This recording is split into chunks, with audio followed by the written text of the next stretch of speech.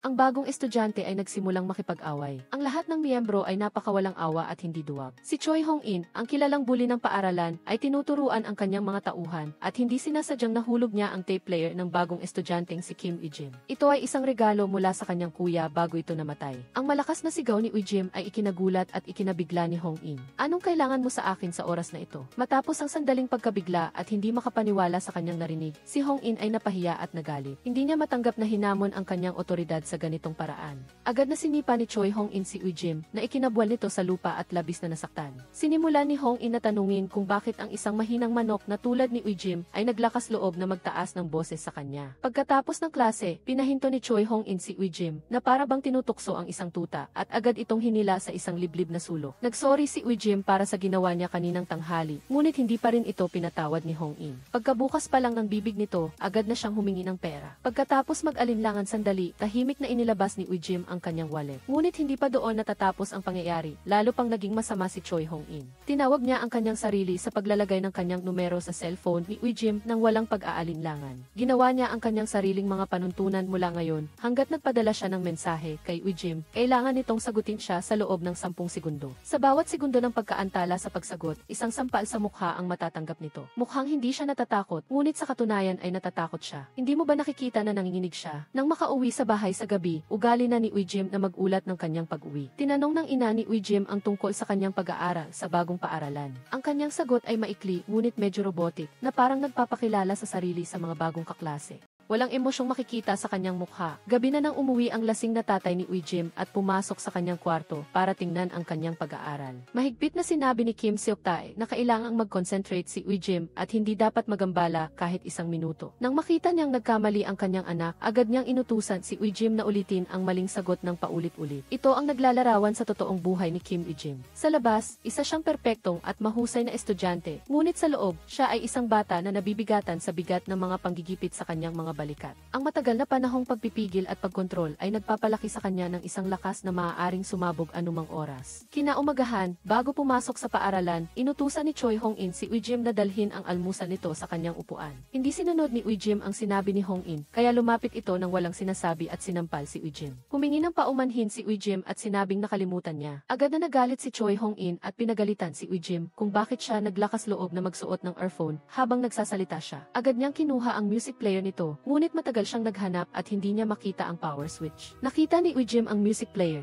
Naagaw ang paborito niyang bagay, kaya't humiling siya kay Hong-in na ibalik ito. Ngunit ang kalaban ay mayabang at mapanukso, at sinabing ang bagay na iyon ay magiging kanya na simula ngayon. Muling sinabi ni Ujim na napakahalaga ng music player na iyon sa kanya. Hiniling din niya sa kalaban na ibalik ito sa halos nagmamakaawang tono. Agad na sinipa ni Choi Hong-in si Ujim, pakiusap, ibalik mo sa akin. Naramdaman ni Choi Hong-in ang pagbabago sa emosyon ni Ujim, ngunit sa halip na sumuko, nagpa siya siyang subukan pa ang kakayahan ng kalaban na magtiis. Sadyang ayaw ibalik ni Hong-in ang music player kay Ujim at sadyang hinulog pa niya ito mula sa itaas. Ang lahat ng sumunod na nangyari ay lubos na nagpabago sa pananaw at pag-unawa ng lahat tungkol sa binatilyong ito na si Kim Ujim. Sinabi ko na mahalaga ito, di ba? Ano ngayon? Anong gusto mong gawin ko? Anong gusto mong gawin ko? Uy, hindi mo ba babaguhin ang ekspresyon mo? Habang nagagalak pa si Hong-in sa kanyang masamang ginawa, may malaking pagbabago sa katawan ni Ujim. Sa sandaling iyon, parang may di nakikitang bagay na punit-punit sa loob ng silid-aralan,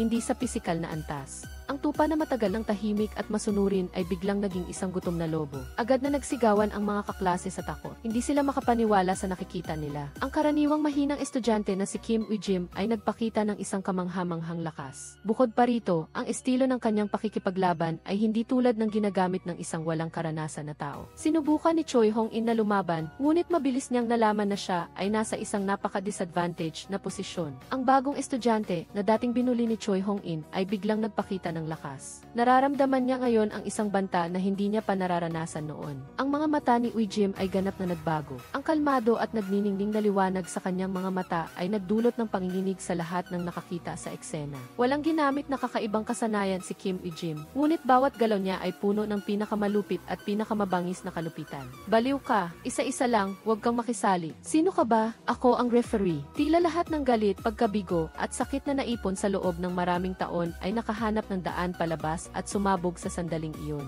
Ang buong klase ay nalaglag sa isang walang uliran na kaguluhan. Nagsimulang sumigaw ang mga kaklase. Nang bumalik ang katinuan ni Ujim, pinaluwag niya ang kanyang mga kamay. Habang dinidampot niya ang kanyang music player, kinuha ni Hong In ang upuan sa likod at muling sumalakay. Ngunit mabilis itong nailagan at napabagsak ni Ujim ng madali. Pauwi na mula sa paaralan, isang estudyante ang biglang tinawag si Ujim. Ipinakilala niya ang sarili bilang si Kang Ki-uong, kaklase ni Ujim. Puno ng interes at kuryosidad ang kanyang mga mata at tuwiran niyang pinuri si Ujim na mahusay itong manuntok. Interesado pa rin siyang malaman kung sumasali si Ujim sa anumang martial arts training. Direktang tinanggihan ito ni Ujim, ngunit sinabi ni Kang Ki-uong na likas na talento iyon. Paano mo siya susuntukin bukas? Hindi na intindihan ni Ujim ang ibig niyang sabihin. Kaya kinailangan siyang paalalahanan ni Kang Ki-uong na kung nagawa niyang saktan si Hong In, tiyak na hindi ito palalagpasin ni Hong In. Nagsisimula pa lang ang laban. Nang makasakay sa bus, agad na naalala ni Ujim ang laban niya kay Hong In. Sa hindi malamang dahilan, nakaramdam siya ng hindi maipaliwanag na pagkasabik. Nang makauwi si Ujim sa bahay mula sa kanyang tutorial class, agad siyang tinanong ng kanyang ama, "Bakit ka na late sa tutorial class?" Nagsinungaling si Ujim na nakatulog siya sa bus, kaya nalampasan niya ang kanyang hintuan. Pinaalalahanan lang siya ng kanyang ama na kung hindi maganda ang kanyang performance sa susunod na pagsusulit, ibababa siya sa intermediate class. Tahimik na tumango si Ujim bilang pagsang-ayon na parang dumadaan sa isang hindi nakikitang paglilitis. Pagkatapos maligo, biglang naalala ni Ujim ang eksena kung saan ibinigay ng kanyang kuya ang kanyang paboritong music player. Isinuot ng kanyang kuya ang earphone sa kanyang tenga at sinabing huwag lang makinig gamit ang tenga, kundi gamitin din ang kanyang puso, ang kanyang kaluluwa para damdamin ang musika. Ito ay hindi lamang musika, kundi pati na rin ang emosyon. Isang buhay na emosyon na may kaluluwa. Sa sandaling iyon, ginising siya ng kanyang ama at paulit-ulit na sinabihan na umupo na sa kanyang mesa para mag-aral. Tahimik na tumugon si Ujim at mabilis na bumalik sa kanyang masipag na mode ng pag-aaral. Ang balita na tinalo ni Ujim si Choi Hong In ay mabilis na nakarating sa first year student na si Kim Seon-jun. Pagkatapos ng klase, habang nasa banyo si Ujim, pumasok si Kim Seon-jun kasama ang kanyang mga tauhan. Gusto niyang bigyan ng hustisya ang kanyang tauhan na si Hong In. Matapos masiglang paalisin ni Kang Yoon ang lahat ng tao sa lugar para iwan silang mag-isa, kalmadong tumayo ito sa isang tabi para manood.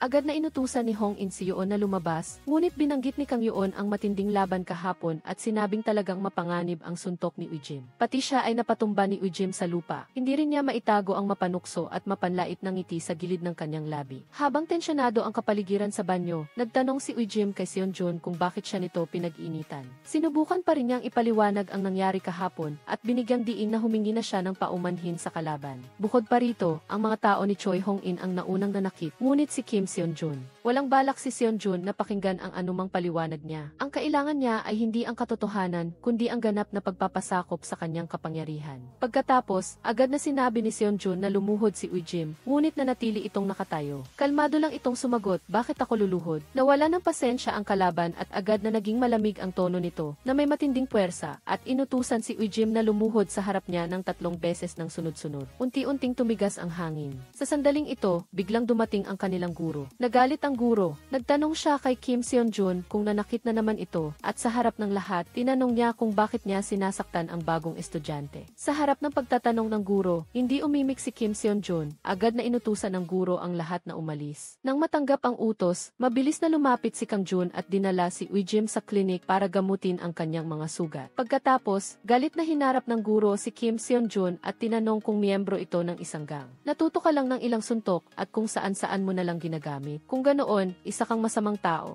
Ano ang dapat kong gawin sa batang ito? Galit na sinaway ni Kim Seon-jun, kahit gusto mong manakit, hindi mo dapat saktan ang isang bata na bago pa lang lumipat dito. Kahit na napigilan ng guro ang salungatan, alam ng lahat na matagal pa bago matapos ang labanang ito. Lihim na kinuha ni Choi Hong In ang music player ni Ujim at hiningi na agad siyang pumunta sa lugar kung saan siya ninakawan noon para magkita. Nang marinig ito, galit na lumabas si Ujim sa silid-aralan. Agad naman siyang sinundan ni Kang Hyun-ki. Sa sandaling dumating si Ujim at hinihiling na ibalik ang kanyang music player. Mumisi si Kim San-jun at sinabing, "Kung gusto mong kunin ang mga gamit mo, dapat mo munang talunin si Uji." "Bakit ko gagawin iyon sa iyo? Alisin mo ang bag mo." "Sinabi ko na ayaw ko. Dahil sa iyo, talagang naiinis ako ngayon." "Tigilan mo, tangina, masaya ba na gamitin ang iyong kamao? Ngayon mo lang ba naramdaman?" "Hoy, Kim San-jun, kayo ang unang nagsimula. Kayo ang kumuha ng music player ko." Agad na sumugod si Kim Uji na may galit sa kanyang puso. Hindi tulad ni Choi Hong In, si Kim San-jun ay isang taong nag-ensayo ng boxing.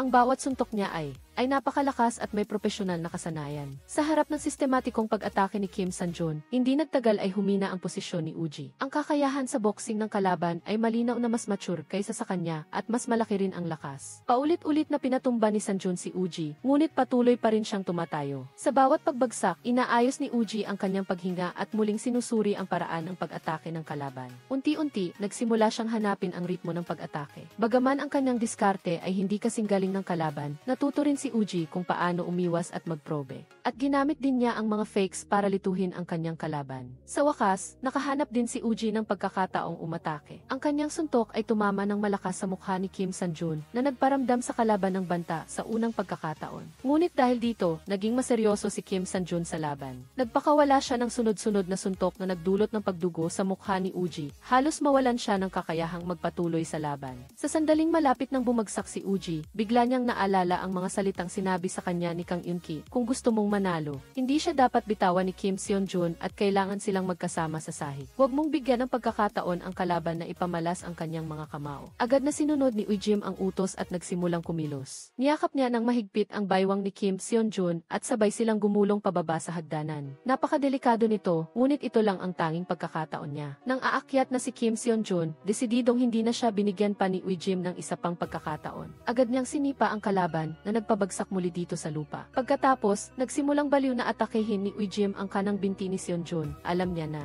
tanging sa pamamagitan ng ganap na pagwasak sa kakayahan ng kalaban na gumalaw niya masisigurado ang kanyang pagkapanalo. Sinuntok ni Kim Seon-jun ang huling suntok gamit ang lahat ng kanyang lakas, ngunit wala na siyang lakas upang lumaban pa. Ang sunod-sunod na baliw na pag-atake ni Ujim ay ganap na nagpahirap sa kanya. Agad na idineklara ni Kang Yeon-ki ang tagumpay ni Ujim. Lumapit si Ujim upang kunin ang kanyang music player. Nang makita ito ni Hong-in, namutla siya at hindi na naglakas loob pang lumaban. Tanging sa panonood na lang niya ang kanyang boss na natalo ng walang awa. Pagkatapos ng laban, hindi pa siya lubusang nakakabawi mula sa matinding emosyon. Sa sandaling ito, biglang sumulpot si Kang Ki-uong. Sa kanyang masayang at mapanuksong tono, inalala niya ang eksena kung saan sabay-sabay silang gumulong ni Kim Seon-jun sa hagdan at natawa siya at sinabing talagang nakakabaliw ang eksena na iyon. Habang nagbibiro, nagulat si Kang Ki-uong at sinabing kahit alam niyang hindi simple si Ujim, hindi niya inasahan na magiging ganoon ito kabaliw sa pakikipaglaban. Nagtanong si Ujim, bakit mo ginagawa sa akin ito? Walang pakialam pa rin ang sagot ni Yeon-ki, ito ay personal na kuryosidad ko lang.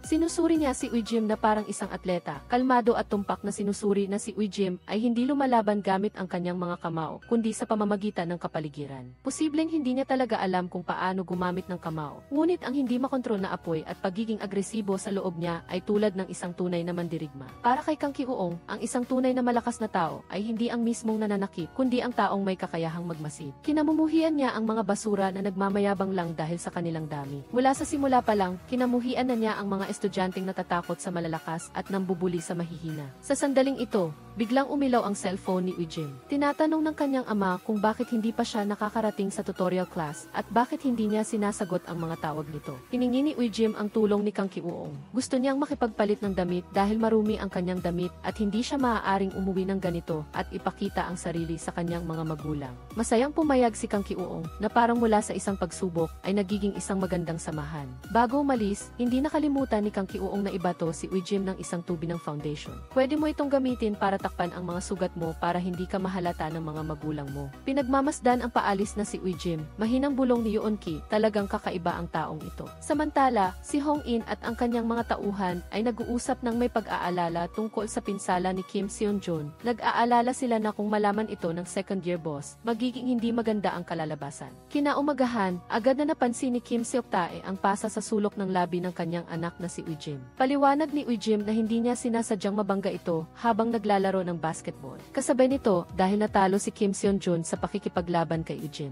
Kaya siya'y ibinagsak ng kanilang second year boss sa harap ng lahat. Ang pinuno ng first year class, nabugbog ng isang walang pangalan na estudyanteng nerd. Galit na sabi ng boss na si Seon-jun ay walang lakas ng loob at determinasyon at wala rin siyang pangunahing kagustuhang lumaban. Ang pakikipag-away ay hindi isang kompetisyon. Hindi ito tungkol sa mataas o mababang puntos. Ito ay isang labanan upang makita kung sino ang huling makakapagbasag ng ladrilyo sa ulo ng kalaban. Inutusan si Kim Seon-jun na tumayo ng tuwid. Pumunta kayo at basagin ang ulo ng batang iyon gamit ang ladrilyo o kung hindi, patay na kayo ngayon. Hindi ka sasagot, opo. Kinahapunan, Naglakad pa uwi si Ujim at Kang Ki-uong pagkatapos ng klase. Tahimik pa rin si Ki-uong tulad ng dati, ngunit malapit na ang panganib. Binalak ni Kim Seon-jun na tambangan si Ujim. Agad na bumagsak si Ujim sa lupa at hindi na makatayo. Dahan-dahang umagos ang dugo mula sa likod ng kanyang ulo. Agad na tinawag ni Kang Ki-uong ang kanyang pangalan. Nagmamadali siyang nag-dial sa kanyang cellphone para tumawag ng emergency na ambulansya. Ayos lang ako, mag-aalala ang mga magulang ko. Bago tuluyang mawala ng malay si Ujim, sinabi niya kay Ki-uong na huwag tumawag ng ambulansya. Habang dinadala si Ujim sa ospital, naalala niya ang eksena kung saan dinadala ng ambulansya ang kanyang kuya.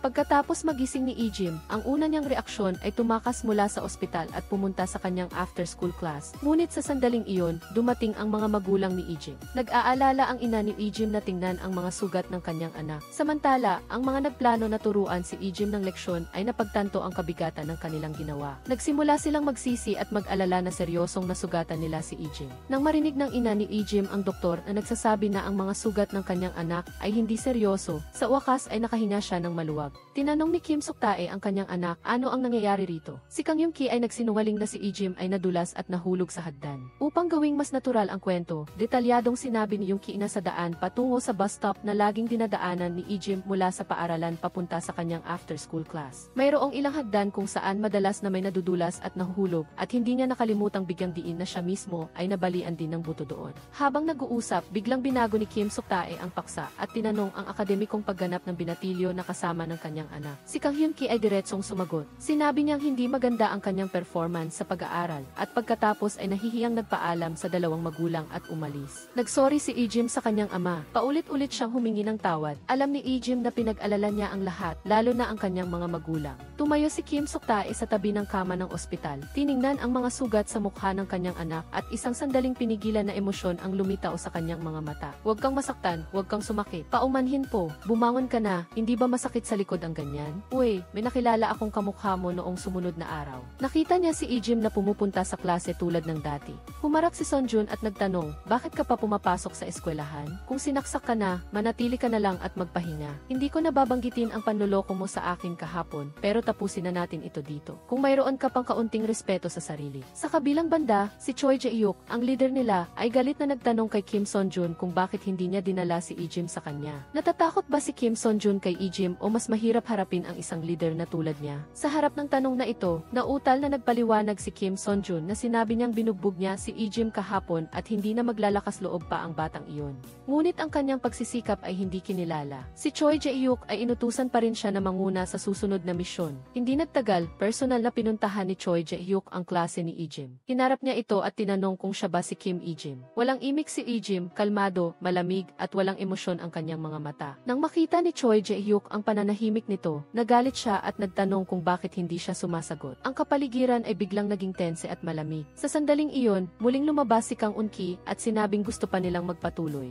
Pagkatapos ay kailangan niyang pumunta sa kanilang advisor para tulungan siyang ayusin ito. Ngunit ang kabilang panig ay nanatiling agresibo, tumatawa at nagtatanong kay Yum-ki kung siya ba ang abogado ni Ujim. Ay, hindi po ako ang abogado niya. Ako po ang tumutulong sa kanya, kuya. Inutusan ni Choi Jae-hyuk ang dalawa na pumunta sa rooftop pagkatapos ng klase sa tanghali. Kung hindi sila darating sa takdang oras, isang mas malupit at marahas na paghihiganti ang naghihintay sa kanila. Pagkatapos ng klase, si Ujim ay pumunta sa rooftop tulad ng napagkasunduan. Mahinahon siyang humingi ng tawad at hiniling sa kanila na patawarin si Kang Yoon-ki. Ngunit hindi niya inaasahan na ang mga salitang ito ay sa halip, lalo pang nagpatawa ito sa kanila, sinabing may paninindigan daw talaga si Ujim. Ngunit hindi raw ibig sabihin nito ay mababago ang nangyari sa nakaraan. Kaya inutusan ni Choi Jae-hyuk si Sonjun na suntukin si Ujim at turuan ng leksyon. Kailangang bugbugin siya hanggang sasawayin siya sa takot tuwing maririnig ang kanyang pangalan. Ngunit ayaw pa ring gumalaw ni Sonjun, lalo pang nagpagalit kay Choi Jae-hyuk. Galit na binugbog ni Choi Jae-hyuk si Sonjun. Nang makita ito ni Ujim, pinigilan niya si Choi Jae-hyuk. Kang Hyun-ki, ilang tao raw, kung matatalo ko ang lalaking ito. Pagkatapos, ano na lang ang mga natitirang tao sa harap ko. Kung matatalo ko ang dalawang ito, hindi na kailangan pang lumaban, di ba?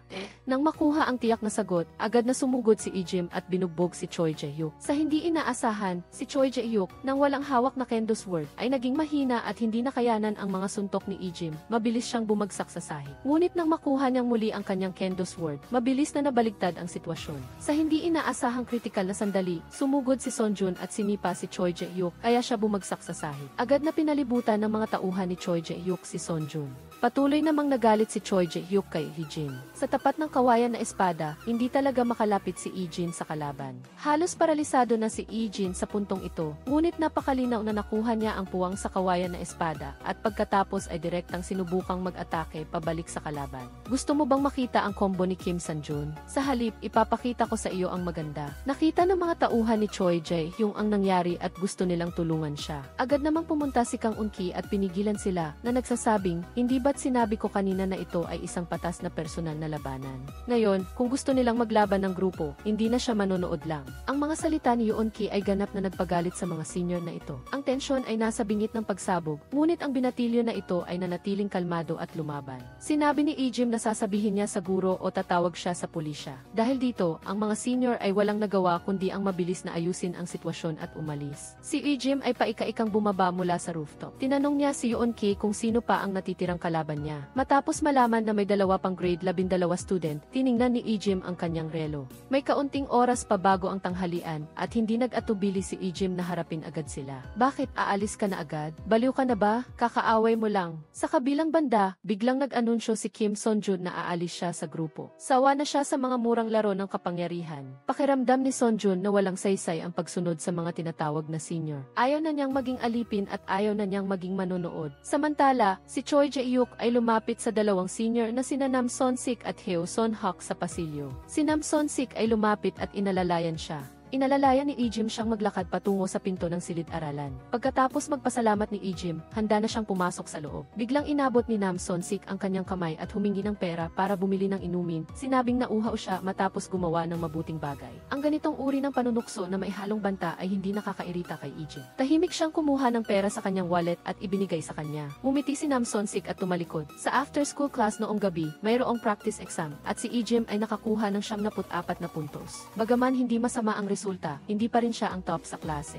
Diretso siyang pinuna ng guro ng walang awa. Inakala ng guro na bilang isang estudyante, mula sa advanced class, dapat mas maganda ang performance ni Lee-jin. Pagkatapos ng after-school class, pinangunahan ni Choi Jae-hyuk sina Nam Son-sik at Heo Son-hak para harangin si Lee-jin sa harap mismo ng kanyang after-school class. Si Nam Son-sik ang unang kumaway kay Lee-jin. Diretsong lumapit si Lee-jin at tinanong si Nam Son-sik, isa ka ba sa dalawang iyon? Hindi naintindihan ng kabilang panig ang tanong niya at binalingan si Jae-hyuk para tanungin kung ano ang sinasabi ng batang ito. Siguro, tinatanong niya kung ikaw ang pinakamalakas sa paaralan. Narinig ni Nam Son-sik na tinalo ni Lee-jin ang bawat isa sa kanilang grupo. Gusto niyang malaman kung bakit niya ginawa iyon. Hindi direktang sumagot si Lee-jin. Sa halip, tinanong lang niya si Son-sik kung nararapat bang gawin nila ito doon. Ang kanyang reaksyon ay nagpatahimik sa kalaban sandali. Nang mapagtanto na hinahamon siya ni Lee-jin, napamura si Son-sik at tinawag siyang ibaliw. Agad na nagbago ang kanyang mukha sa isang madilim na ekspresyon, halatang galit na galit. Sa mahinang boses, binalaan niya si Lee-jin na kung talaga siyang lalaban, baka kailangan niyang gumapang pauwi. Habang nagtatalo silang dalawa, isang kotse ang dahan-dahang lumapit at huminto sa gilid ng kalsada.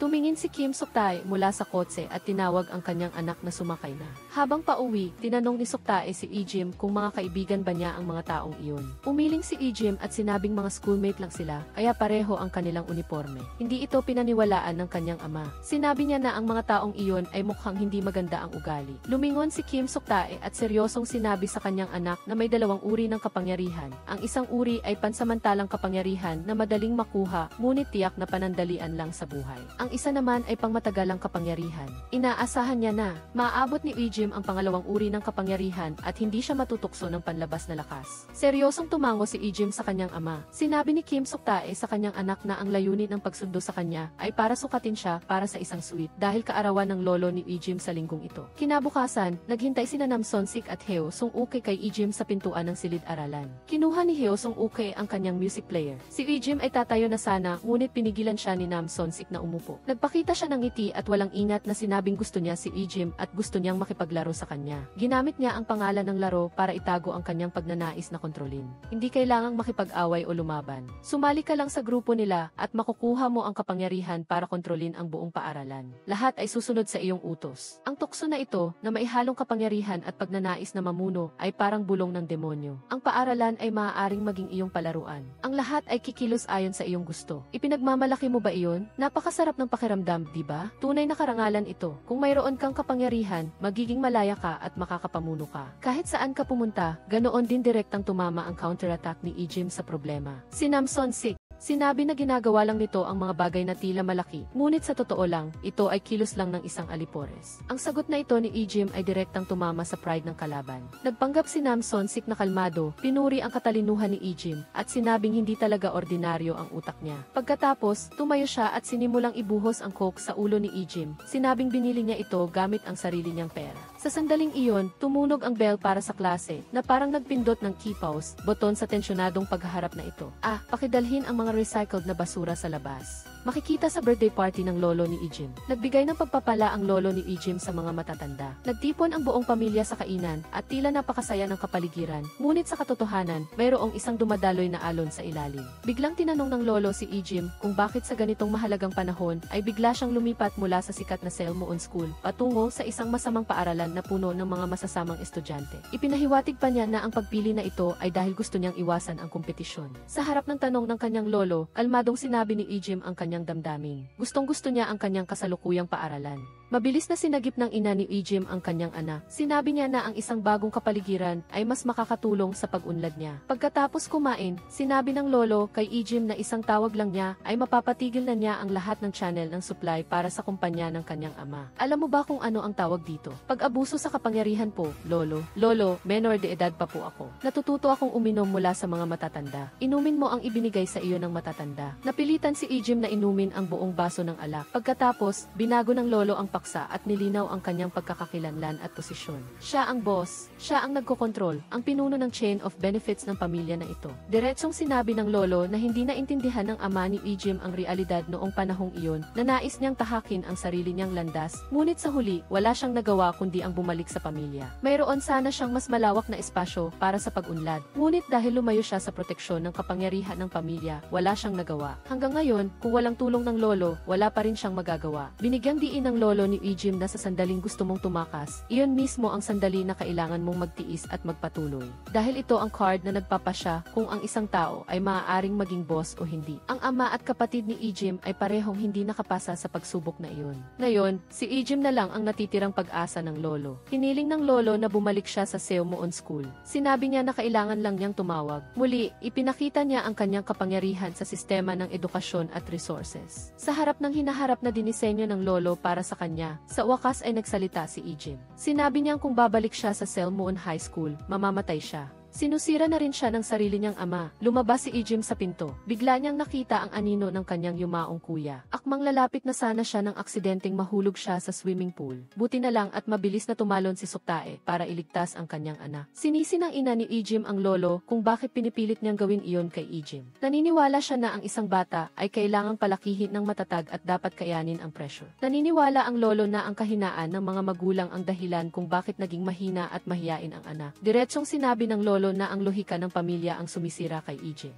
Nang dumating si Ijim sa paaralan kinabukasan, hindi niya pinakinggan ang payo ni Kang Unki at patuloy na hinanap sina Nam Sonsik at Heo Sonho para sa isang laban. Nagmamadali si Yung kinapigilan siya at payuhan na huwag maging padalos-dalos at kausapin muna ang kanilang advisor. Ngunit si Ijim ay hindi karaniwang desidido. Direktang tinanong niya kung saang klase si Nam Sonsik. Matapos malaman na nasa klase 5 ito, agad siyang tumalikod at umalis ng walang pag-aalinlangan. Sa ganitong kagyat na sitwasyon, napigilan lang ni Kang Yungki si Ijim at sinubukang kumbinsihin siyang huwag umalis. Kung talagang gustong makipaglaro ng mga taong iyon, patay na siya. Maluwang na nagtanong si Yungki kay Ijim, bakit mo biglang ginawa yan? Mahinang sumagot lang si Ijim, dahil nahihiya ako. Hindi ito para tulungan ang sinuman at hindi rin para maging isang bayani. Ito ay dahil noong araw na iyon, masyado siyang mahina at sumuko. Hindi niya kayang itaas ang kanyang ulo, hindi siya makasagot at hindi niya rin kayang tumingin sa mata ng kalaban. Ayaw na ayaw ni Ijim sa kahihiyan na iyon at kinasusuklaman niya ang kanyang sarili dahil pinili niyang tumakas. Diretsong pumasok si Ijim sa klase ni Nam Sonsik at inimbitahan silang lahat sa labas. Humarap siya kay Nam Sonsik at kalmadong ipinahayag ang kanyang pagsisisi.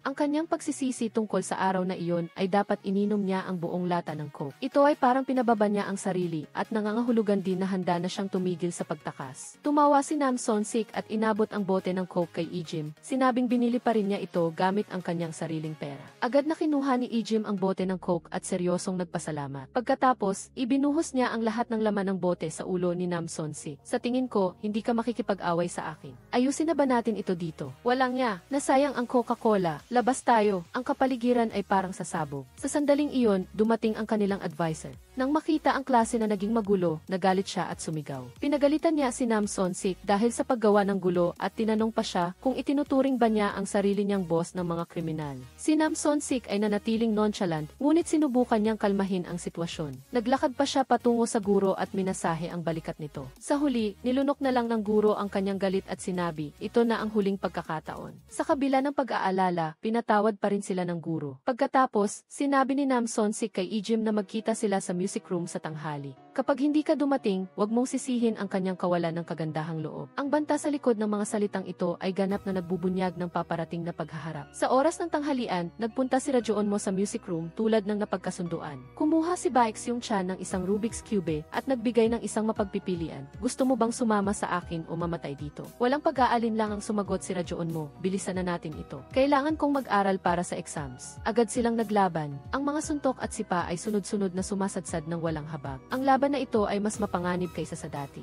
Ang atake ni Nam Sonsik ay malinis at mabilis. Si Ijim ay bumagsak sa sahig mula sa magkakasunod na suntok. Susubukan na sana niyang tumayo nang agad siyang i-lock ni Nam Sonsik mula sa likod, hindi makagalaw. Isang malakas na atake ang naganap na nag-alis sa kanya ng pagkakataong lumaban. Dahan-dahang nawala ng malay si Ijim at bumagsak sa sahig, tuluyang nawala ng malay. Pagkatapos, inilipat ni Nam Sonsik ang kanyang tingin sa kanyang huling target, si Kang Eun-ki. Puno ng tuwa at pagka-agresibo ang kanyang mga mata. Nagsimulang mang-asar si Sonsik, sinabing ang isang mahina at duwag na estudyante na tulad ni Eun-ki. Bagamat, ang totoo ay may taglay siyang malakas na potensyal. Sinubukan pa niyang kumbinsihin si Eun-ki na traidorin si Ijim. Inamin ni Kang Eun-ki na isa siyang duwag, ngunit diretsahan niyang sinabi na ayaw niyang mapahiya sa harap ng sinuman. Nang maghanda na sila sa posisyong panlaban, biglang nagising si Ijim. Sinubukan niyang bumangon na may determinasyon sa kanyang mga mata, handang makipaglaban muli kay Nam Sonsik. Sa pagkakataong ito, hindi na siya hinila sa lupa para labanan sa laro na paborito ni Nam Sonsik, kahit na paulit-ulit na sinubukan nitong hilahin siya at kalagkarin sa lupa. Ngunit kaya itong kontrahin ni Ujim isa-isa. Sa kasamaang palad, hindi pa rin tumitigil si Nam Sonsik doon. Bigla siyang nagpalit ng galaw, isang matinding crosslock na mahigpit na pumilipit sa lig ni Ujim. Muli siyang itinumba sa lupa. Sa harap ng ganitong mapanupil na teknik, lalo pang naging agresibo si Nam Sonsik. Humihingi pa siya ng tap out kay Ujim bago siya tumigil. Kumagat ng mahigpit si Ujim sa kanyang mga ngipin. Sa huling sandali bago siya masuffocate, ginawa niya ang lahat ng kanyang makakaya para kumawala. Binaligtad ni Ujim ang kanyang katawan, kinontrol si Nam Sonsik na nasa ilalim, sa isang nangingibabaw na posisyon na mahigpit na kinokontrol ang dalawang braso ng kalaban. Pagkatapos, sunod-sunod na bumagsak ang mabibigat na suntok. Si Nam Sonsik ay bugbog sarado at dumudugo ang mukha at wala siyang lakas para lumaban. Nang makita na nawawalan na ng kontrol ang sitwasyon, si Heo Dedngisu ay naghanda na ring sumugod para makialam, ngunit sinipa siya ni Kang Hyun-ki at lumipad siya palayo. Anong klaseng halimaw ka, Ujim? Sabi mo may dalawa pa sa school, tama? Isa sa kanila, hinaharap ko na ngayon. Sinong humaharap kanino? Ako, haharapin kita. Ano ka ba, baliw? Ginamit ni Nam Sonsik ang kaguluhan para itulak si Ujim palayo. Tumayo siya, humihingal, at malamig na nagbitiw ng isang pangungusap. Hintayin mong magdesisyon sila kung sino ang panalo, at magpapatuloy tayo. Hindi inaasahan na si Kang.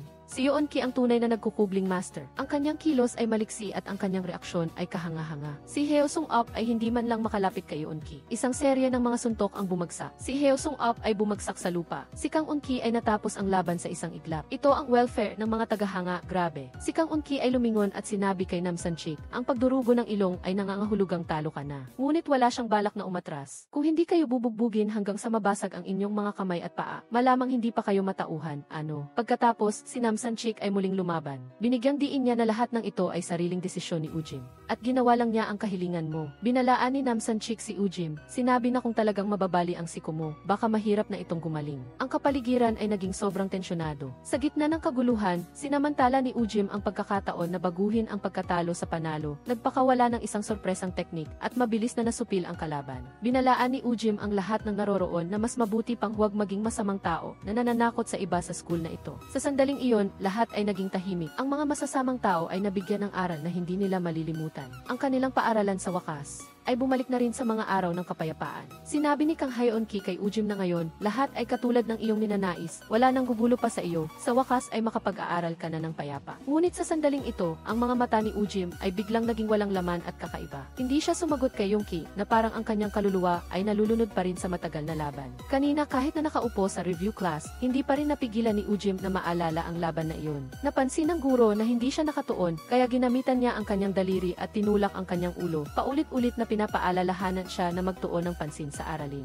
Sa pagkakataong ito, ayaw nang magtiis ni Ujim. Bigla niyang hinawakan ng mahigpit ang pulso ng guro. Ang aksyon na ito ay nagdulot ng gulo. Kahit na humingi agad ng paumanhin si Ujim sa guro, hindi pa rin siya nakaiwas na mapagalitan ng guro ng husto. Pinuna ang pagiging rebelyoso niya at ang walang pagbabagong pagsuway niya. Sinabihan pa siya na isipin ang mga inaasahan ng kanyang ama sa kanya. Si Ujim ay tumayo ng may determinasyon, kinuha ang kanyang bag at umalis sa review class. Kinabukasan, tinanong ni Sophie Tae ang kanyang anak kung bakit siya umalis sa kalagitnaan ng klase. Ipinaliwanag ni Ujim na dahil pinapaalis siya ng guro, nakaharap sa paninisi ng kanyang ama. Si Ujim ay patuloy na nanindigan sa kanyang saloobin. Sinabi niya na gusto niyang mag-aral ng kusa at ayaw na niyang piliting gawin ang mga bagay na ayaw niya. Binanggit pa niya na bahagyang bumuti ang kanyang mga marka kamakailan. Ngunit ang mga paliwanag niyang ito ay hindi nagdulot ng pag-unawa, sa halip ay lalo pa itong ikinagalit ng kanyang ama. Tinanong ng ama ni Ujim kung gusto lang ba niyang tumakas sa tuwing may problema. Si Ujim ay yumuko at humingi ng tawad, ngunit hindi pa rin siya nakatakas sa paninisi ng kanyang ama. Nagpasya si Kim Sophie Tae na siya mismo ang pupunta sa review class para humingi ng paumanhin sa guro at sabay na idiniin na ang mga ganitong bagay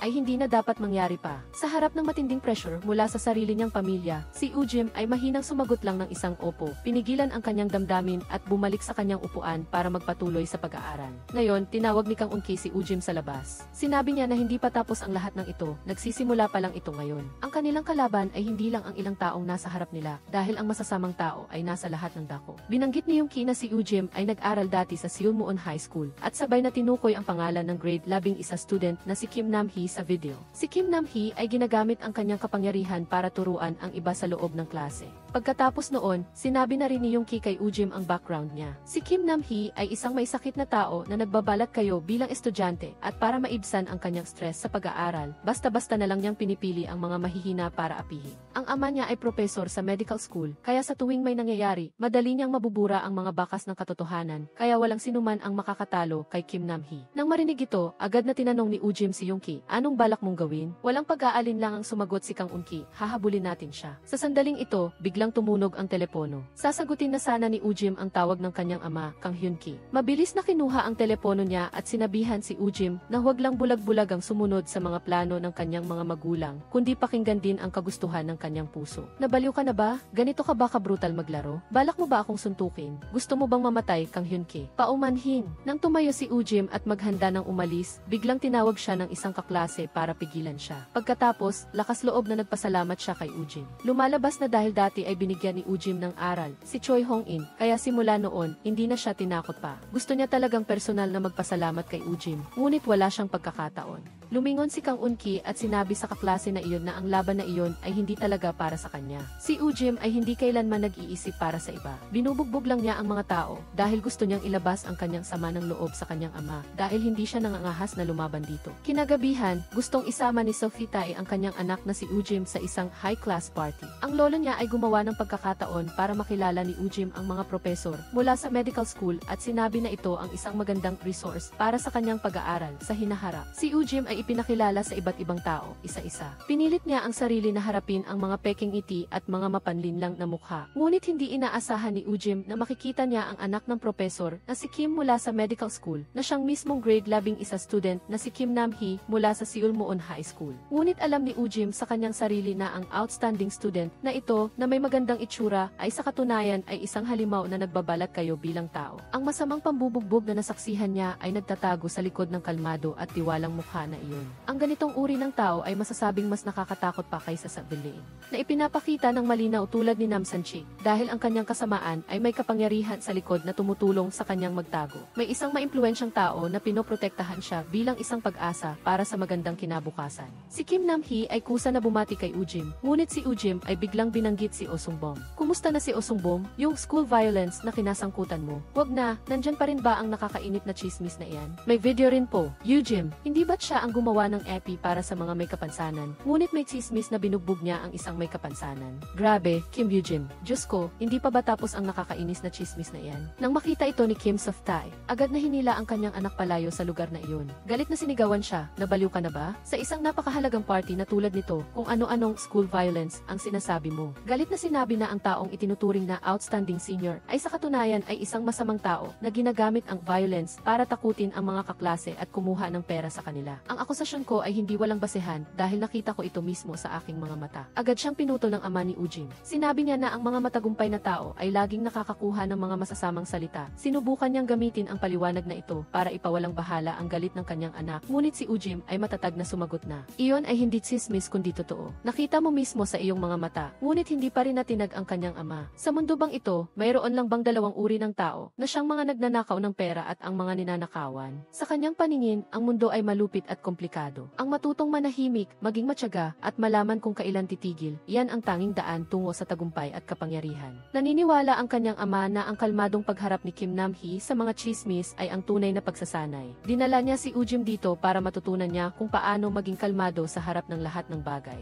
Pagkatapos, sinabi ng ama ni Ujim ang kanyang huling hiling. Piniling niya na humingi siya ng paumanhin kay Kim Nam-hee at matutunan kung paano manahimik sa tamang oras at lugar. Ngunit sa sandaling ito, ang mga mata ni Ujim ay hindi na malabo tulad ng dati. Tinanong niya ang kanyang ama kung bakit kailangan niyang gawin iyon. Ayaw kong maging ganoong masamang uri ng tao. Gusto niya rin bang maging katulad ako ng aking kuya? Ang pangungusap na ito ay parang isang kutsilyo na humiwa sa pananahimik sa pagitan nilang mag-ama sa loob ng maraming taon. Si Softae ay nagalit at agad na sinampal si Ujim. Lumalabas na ang kuya ni Ujim, isang buwan matapos siyang makapasa sa medical school, pinili niyang magpakamatay ang kanyang buhay sa loob mismo ng kanyang kwarto. Sa loob ng isang buwan na iyon, sa totoo lang ay ilang beses na siyang humingi ng tulong sa kanyang mga magulang, ngunit hindi ito napansin ng kanyang ama na nakatuon lang sa mga tagumpay ng kanyang anak. Pagkatapos ng kanyang emosyonal na pagbagsak at sa paglabas ng mga lumang kwento, ay nagdesisyon na si Ujim. Pumunta siya para hanapin si Kang Eun-ki at sinabi, tara na. Ang kanyang boses ay kalmado ngunit puno rin ng lakas. Pagkatapos noon, binanggit niya ang pamilyar na pangalang Kim Nam-hee. Dala ang galit at paniniwala sa kanyang puso. Nagdesisyon si Ujim na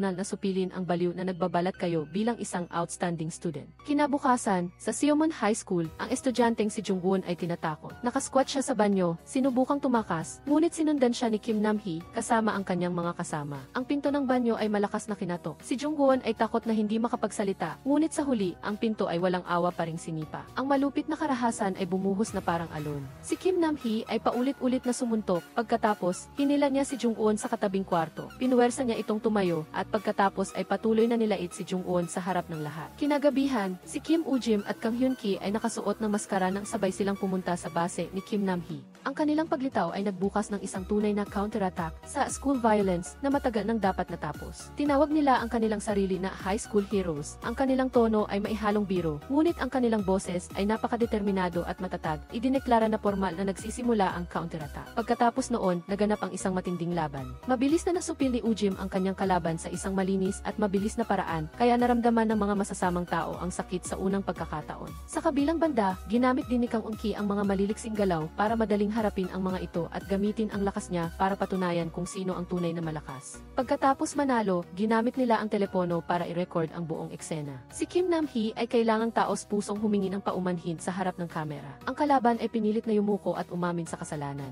Habang nagtitiis sa sakit, kailangan niyang sabihin, patawad, patawad, sana mapatawad mo ako. Ano, pumapayag ka bang patawarin siya? Sinabi ni Kang Eun-ki ang mga salita na mas mahalaga pa sa lahat. Ang pagpapatawad ay hindi obligasyon kundi karapatan. Walang sinuman ang makakapilit sa biktima na na pumayag na magpatawad. Itinuro niya na ang tinatawag na pagpapatawad, na siya ring hiyaling sa kaluluwa, ay isang malaking kasinungalingan lang na gawa-gawa ng mga masasamang tao. Ang tunay na hiyaling ay ang pagpapaunawa sa biktima na may kakayahan siyang lumaban sa kanyang sarili. Karapat-dapat siyang respetuhin. Hinikayat ni Kang Eun-ki ang estudyante na personal na labanan si Kim Nam-hee at sinabi sa kanya na dapat siyang magtiwala sa kanila. Huwag kang matakot sa ganitong uri ng tao. Sa ilalim ng kanilang paghikayat, ang estudyante ay nagkaroon ng lakas ng loob at sa unang pagkakataon, lumaban siya sa kanyang bully. Ang pagsipa na ito ang paggising ng dignidad at lakas ng loob. Pagkatapos noon, si Ujim at Hyun-ki ay uminom ng beer para ipagdiwang ang kanilang matagumpay na debut. Kinagabihan, si Kang Hyun-ki ay pumunta sa harap ng kama ng kanyang matalik na kaibigan sa ospital. Mahinahon niyang sinabi na ito ay simula pa lang. Si Kim Nam-hee ay lumuhod na at sunod naman, ang mga masasamang iyon ay hindi makakatakas kahit isa sa kanila. Sa kabilang banda, pinuntahan ni Choi Hong-in si Son-jun, inutusan siya ng Big Boss na pumunta roon pagkatapos ng klase. Ngunit sinabi ni Son-jun na humiling na siyang umalis sa kanilang grupo. Tinatanggihan niya ang pagtawag na ito. Inaming din ni Son-jun na bumalik na siya sa boxing gifts para mag-ensayo at sa hinaharap ay hindi nagagawa ng mga ganitong nakakainis na bagay. Huwag mo nang istorbohin ang isang kaibigan na nagsisikap mag-ensayo. Uy, sabihin mo ito kay Choi Ji-hyuk. Simula ngayon, wala nang gugulo pa kay Son-jun, binabalaan kita. Nako, ang tingin na iyan ay nakakabagsak ng tao. Tara na. Seryosong pinaalalahanan ni Son-jun si Ujim na dati, ang grupo ni Nam San-chik ay hindi naman talaga masasamang tao. Ngunit simula nang matuklasan nila na epektibo ang kanilang mga kamao, naging immature sila. At natatakot siya na maging ganoong klaseng tao rin si Ujim. Kasabay nito, ipinakita ng grade 12 student na si Lee Jelo-che ang kanyang malakas na aura pagkalipat pa lang niya sa eskwelahang ito. Direkta niyang inagaw ang upuan ni Nam San-chik. Ha? Sino ka? Bago ka lang ba rito? Hindi. Ano to? Lintik. Nawala si Benny at lumitaw naman si Bastard. Dahil lang sa espesyal na sitwasyon. Pumayag na ang vice principal. Talaga? Ngunit maaari ka bang umalis dito? Ito ang upuan ko. Paumanhin. Akala ko ay walang nakaupo rito. Ayos lang, naiintindihan naman. Ngunit kung nakokonsensya ka, pahiramin mo ako ng pera. Si Lee Jelo-che ay walang sinabing marami. Tahimik lang na kinuha ang kanyang pitaka. Umaasa na pagkatapos nito ay magiging mas tahimik na siya. Ngunit walang hiyang sinabi ni Nam San-chik na kailangan niyang magbigay ng 100,000 bawat linggo. Binantaan pa siya na kung wala siyang pambayad, mag-utusan na lang siya para sa kanya bilang kapalit. Agad na nagbago ang ekspresyon ni Nam San-chik. Sa isang iglap, isang kamao ang sumalubong sa kanya bilang bati. Si Lee Jelo-che ay tinamad na intindihin siya, kaya patuloy siyang umiiwas. Sa isang galaw lang, madali niyang matatalo si Nam San-chik. Ang sagupaan na ito ay mabilis na napansin ng homeroom teacher at agad na dinala silang dalawa para disiplinahin. Pagkatapos ng insidente, nagtipon-tipon ang mga class leader. Si Nam San-chik ay nakaisip ng isang perpektong plano. Pagkatapos, sinimula ni Choi Hong-in na magpakalat ng chismis. Sinabi niya na ang grade 12 student na si Lee Jelo-che na bago lang sa paaralan ay nagawang talunin si Nam San-chik. Ang pangunahing layunin ay ang mamuno sa buong eskwelahan at ang susunod niyang target ay si Ujim. Mabilis na naakit si Ujim sa bagong kapangyarihan na ito kaya kusa siyang lumapit sa kalaban. Gusto niyang sukatin ang lakas ni Lee Jelo-che. Ngunit mabilis na napansin ni Kang Eun-ki na si Lee Jelo-che ay dating estudyante ng Mumian High School. Siguro ay mayroon kayong misunderstanding dito. Wala akong intensyon na maging leader o kung ano paman. Kung ganoon, bakit mo binugbog si Nam San-chik pagdating mo pa lang? Sa harap ng pagtatanong ni Ujim, nilinaw ni Jelo-che na ayaw niyang makipag-away. Ang insidente kay Nam San-chik ay paraan lang niya ng pagtatanggol sa sarili. Ngunit hindi siya pinaniwalaan ni Ujim. Ang kanyang tono ay mapanukso. Kung ganoon, subukan mo akong pigilan. Matapos magsalita, agad siyang sumugod para lumaban. Nang makita ito, agad na hinila ni Kang Eun-ki si Ujim para pigilan siya. Pwede bang pag-usapan muna natin to? Nakikiusap ako sa'yo. Sabi ko na, ayaw kong makipag-away. Huwag mo akong galawin. Kung lalabanan kita, matatalo ka. Kalma lang. Narinig ko na ang pangalan ng senior na iyan mula pa noong high school. Tungkol sa nangyari ngayon, humihingi ako ng paumanhin. Wala kaming intensyon na makipag-away ni Ujim. Naisip lang namin na isa ka ring bully na mahilig makipag-away. Nag-iwan si Lee Jelo-che ng isang makahulugang pahayag na dapat pag-isipan ng mabuti ang lahat ng ginagawa ninyo. Ano ang pinagkaiba ninyo sa mga bully sa labas? Bagaman sumagot si Ujim na nilalabanan lang nila ang masasamang tao, ibinalik ni Lee Jelo-che ang tanong. Kung ganoon, sino ang nagtatakda ng pamantayan para magdesisyon kung sino ang masamang tao? Ang isang tanong na ito ay agad na nagpatahimik kay Ujim. Akala nila ay pinarurusahan nila ang kasamaan at tinutulungan ang kabutihan, ngunit para sa mga tagalabas, iyon ay paggamit lang din ng violence laban sa violence. violence. Ang kahihinatnan ng mga taong puro suntok lang ang alam ay hindi maganda. Ito ay hindi isang payo, kundi parang isang babala mula sa mismong karanasan na natutunan niya. Pagkatapos noon, ikinuwento ni Kang Hong-ki kay Ujim ang tungkol sa Mumin High School. Hindi ito isang ordinaryong high school, bagkus ay ipinanganak mula sa isang matinding realidad. Mabilis na dumami ang mga krimen ng kabataan at naging siksikan ang mga detention center para sa mga menor de edad. Kaya't nagpa siya ang Ministry of Justice na tipunin ang mga problemadong kabataan na iyon at bumuo ng isang eksperimental na paaralan ng pagpapabuti. Sa labas ay edukasyon, ngunit sa loob ay isang walang katapusang marahas na paglilinis. Doon, inuuri ng mga guro ang mga mag-aaral ayon sa kanilang pagganap at pinahintulutan pa ang mga panalo sa labanan at away. Bilang isang paraan ng pamamahala ng mag-aaral, ang buhay sa campus ay nagaganap araw-araw. Ang tanging prinsipyo ng kaligtasan dito ay, kung mananalo ka sa laban, maaari kang mabuhay tulad ng isang tao. Kung matalo ka, maaari ka lamang mamuhay sa araw-araw na parang walang kwentang nilalang. Ang kapaligirang ito, kung ikukumpara sa isang profesional na kapaligirang pang-edukasyon, ay mas katulad ng isang Romanong Coliseum, ang bersyon para sa mga kabataan. Walang sinumang nagmamalasakit sa kanilang kinabukasan, ang tanging mahalaga ay kung sino ang tunay na hari ng mga kamao, at si Lee Jae-niri, siya ay madaling lumipat mula sa Mumun High School patungo sa kanilang normal na high school. Ibig sabihin,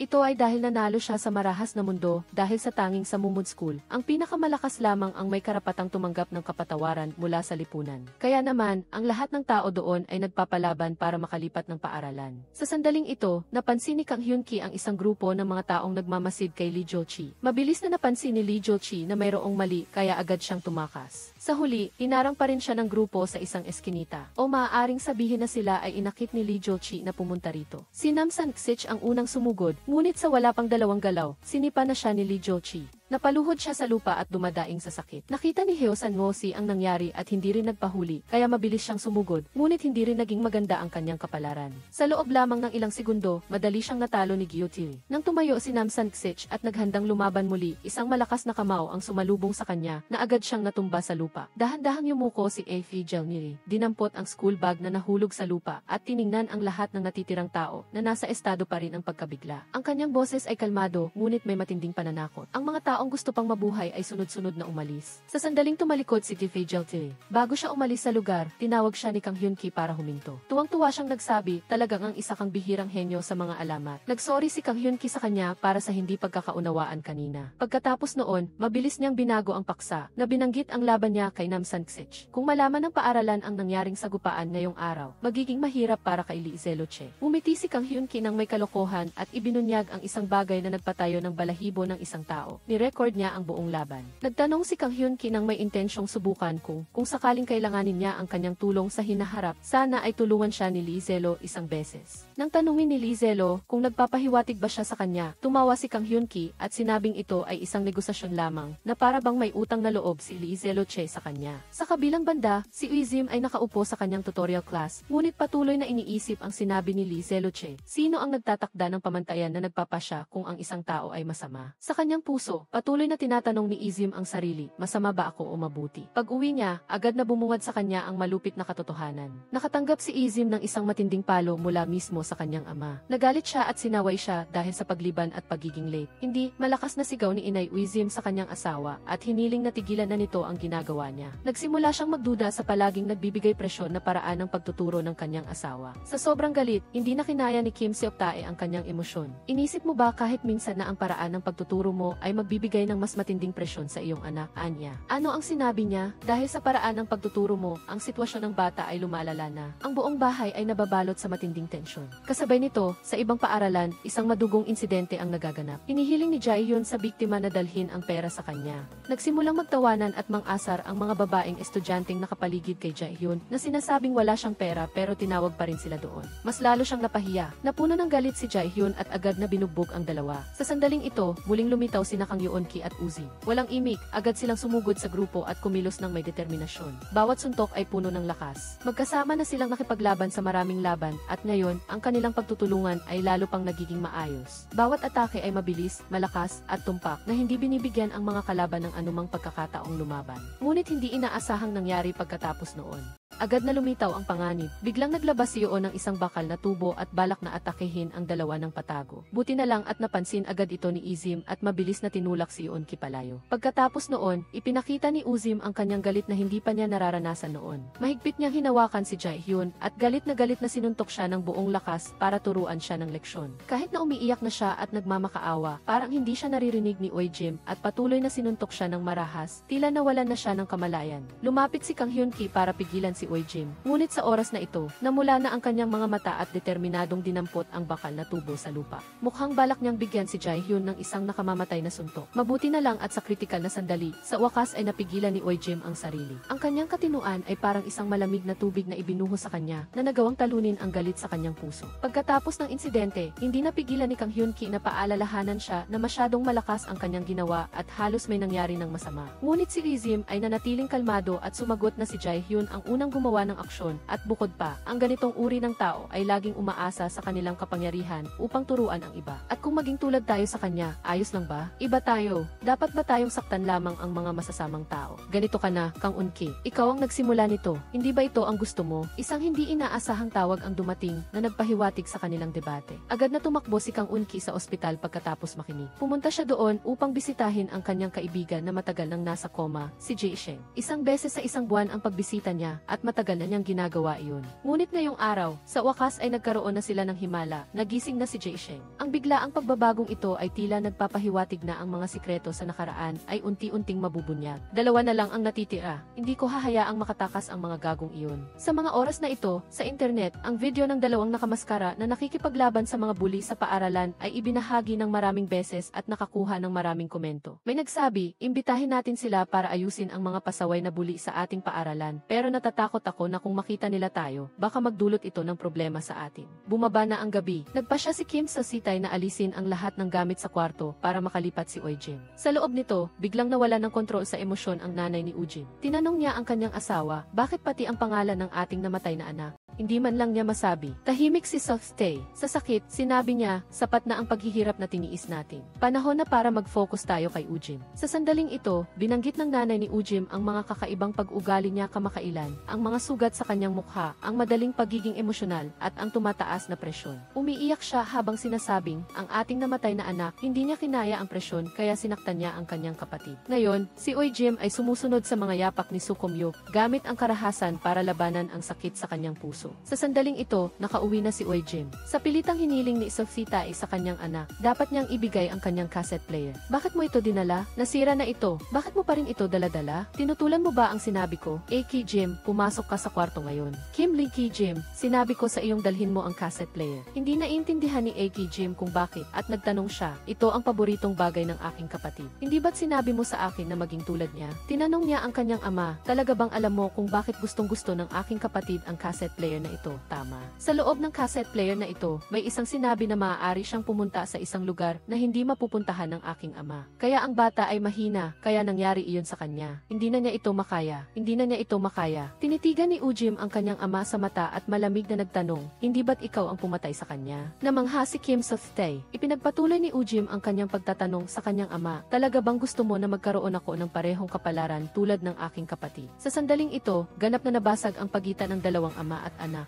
Dim, ikaw, ang nanay, ay walang pinagkaiba. Pareho kayong pumatay sa aking kapatid. Ang mga salitang ito mula kay Izim ay parang isang kutsilyo na humiwa sa tahimik na gabi na nagbubunyag ng ugat ng lahat ng trahedya sa pamilyang ito. Kinabukasan, ipinagpatuloy ni Izim at Kang Eun-ki ang kanilang misyon ng katarungan. Ang susunod na target ay hanggang sa Esnam High School. Ngunit naramdaman ni Kang Eun-ki na unti-unting nawawala ng kontrol ang karahasan sa loob ni Izim. Pinaalalahanan niya ang kanyang kasama na huwag maging masyadong marahas tulad ng huling beses. Sila ay lubos na kakaiba sa mga masasamang tao na iyon. Ngunit para kay Uzi, ang pagkakaiba ay nagiging malabo. Sa kanyang kalooban, ang galit, paghihiganti at katarungan ay naghahalo-halo. Ang pagkilala sa kanilang mga hangganan ay nagiging mas mahirap. Natagpuan ng dalawang nakamaskara ang grupo ni Doin. Sa loob ng isang inabandonang bar, nagulat sila na ang mga ito ay naroroon na, naghihintay sa kanilang pagdating. Hawak ang mga bakal na tubo, mabilis nilang pinalibutan ang dalawa. Dahil sa napakaraming bilang ng kalaban, wala nang ibang pagpipilian sina Kang Eun-ki at Izim, kundi ang magpakatatag at harapin ang laban. Ngunit sa hindi kalaunan, nahawakan silang dalawa. Lumapit si Doin, ang kanilang pinuno, at mabilis na inalis ang maskara ni Kang Eun-ki. Nakilala niya ito at kinuha pa ang kanyang telepono upang kuhanin totohanan siya bilang alaala. Ano ito? Sinusubukan mo bang maghiganti sa amin dahil sa gagong si Disa na iyon? Bitawan ang mga bastos na iyon. Sinamantala ni Ujim ang pagkakataon na makatakas sa pagkakahawak sa kanya. Muling sumiklab ang kaguluhan sa pagitan ng dalawang panig. Sinamantala ni Kang Unki ang pagkakataon upang basagin ang salamin ng pinto at mabilis na tumakas kasama si Ujim. Galit na galit si Duim at hinabol sila kasama ang kanyang mga tauhan. Nang makita na malapit na silang maabutan, mabilis na tumakbo si Kim Sanjun mula sa kabilang kalsada. Hiniling sa kanilang dalawa na sumakay sa kotse at mabilis na nagmaneho. Sa wakas, nakatakas sila mula sa mga humahabol sa kanila at pansamantalang ligtas na sila mula sa panganib. Dahil sa sugat, natatakot si Ujim na umuwi kaya humingi siya ng tulong kay Kim Sanjun para patuluyin siya ng isang gabi. Walang alinlangan na pumayag si Kim Sanjun. Sa kanyang paglagi sa gifik ng isang gabi, nagsimula silang mag-usap tungkol sa kanyang pangarap na maging boksingero, sa mga pag-asa ng kanyang pamilya at sa mga pagpipilian ng bawat isa. Nagtawa si Kim Sanjun sa sarili, kung hindi ako naligaw ng landas, marahil ay isa na akong pambansang boksingero ngayon. Napagtanto ni Kim Sanjun na lalong nagiging katulad niya si Izim noon. Sa init ng galit, siya ay lumihis sa kanyang landas. Pinayuhan niya si Izim na huwag na makipag-away pa, bumalik sa tamang landas, at mag-aral ng mabuti. Pinapaalalahanan siya ni Sun Tzu na kapag ang paggamit ng mga kamao ay naging isang ugali na, mananatili na itong ganito. Hindi na kailangan ng ibang dahilan. Sa kabilang banda, ipinakita ni Duin ang video na na-record niya sa kanyang kaibigan na si Kisu. Nang tanungin niya kung sino ang isa pa sa video, kusang sinabi ni Kim Nam-hee ang pangalan ng taong iyon. Tinanong ni Kisu kung gusto niyang putulin ang kamay o ang paa ng kalaban. Sumagot si Nam Hayo na bahala na siya kung ano ang gagawin niya. Ano ang ginagawa dito ng isang magaling na estudyante ng Seoul High School? Hindi ba't pinadala ka ng iyong ama doon para mag-focus sa pag-aaral? Tularan mo ang iyong ama, maging isang mahusay na doktor, at pagkatapos ay tulungan mo ako mamaya. Nagising si Leslie San kahapon. Sino? Ang malungkot na gagong iyon? At ano naman ngayon? Anong nangyari? Hindi ba't bumagsak ang gagong iyon dahil sa kanyang mababang marka, kaya nangyari iyon sa kanya? Alam na alam iyan ng tatay mo, gago. Pero baliw na talaga ang tatay mo. 2 taon na ang nakalipas. O 3 taon na, pero hinahalungkat pa rin hanggang ngayon? Diyos ko, nakakatakot at nakakakilabot. Hulaan ko, iyon ang kailangan para maging isang doktor. Kaya nakapili ka na ba ng paaralan? Tinanong ko ang ilan sa mga nakababata sa amin at lumalabas na nasa Jonsong siya. Tumakbo siya sa katabing distrito sa Jonsong. Aalis tayo bukas. Aayusin ko ito mismo. Pero, hey, Hayep, bigyan mo ako ng mas maraming pera sa pagkakataong ito. Magkaibigan naman tayo, pero tinatawagan mo lang ako kapag kailangan mo ako. Nakakalungkot, kaya sa pagkakataong ito, taasan mo ang baon ko. Kinabukasan, mag-isa si Kisu na pumunta sa paaralan kung saan nag-aaral si Kang Unki. Direkta siyang pumasok sa music club practice room para tanungin kung saang klase siya. Hindi inaasahan, nakasalubong niya ang grupo ni Nam Sang-sich doon. Nang makita ni Nam Sang-sich na binubuli ang kanyang mga kasama, sumugod siya para ipaglaban ang mga ito, ngunit direkta siyang sinipa ni Kisu at bumagsak sa lupa. Mabilis na ginamit ni Nam Sang-sich ang kanyang espesyal na galaw, na nag-reverse at hinawakan si Kisu gamit ang kanyang binti. Ngunit sa ilang suntok lamang, nakatakas siya sa kontrol ni Sang-sich. Kasabay nito, binaliktad niya ang sitwasyon gamit ang lumang galaw, na direktang nag-apekto, at sinira ang paa ni Nam Sang-sich. Pagkatapos nito, inutusan niya sila na tawagin si Kang Unki. Di nagtagal, isa-isang dumating sina Uzim at Kang Unki. Nang maghanda si Uzim na lumaban, mabilis siyang pinigilan ni Kang Unki. Umalis ka, ito ay sa akin. Sa pagkakataong ito, nagpa siya si Kang Hyun-ki na harapin ang kanyang nakakahiyang nakaraan. Hindi ka tatakas ngayon, binibigyan kita ng permiso. Tumakas ka na. Lumalabas na si Kang Hyun-ki at Kisu ay nag-aral sa parehong paaralan noong high school. Noong panahong iyon, siya at si Jisung ay madalas na nilalait ng grupo ni Kim Nam-hee.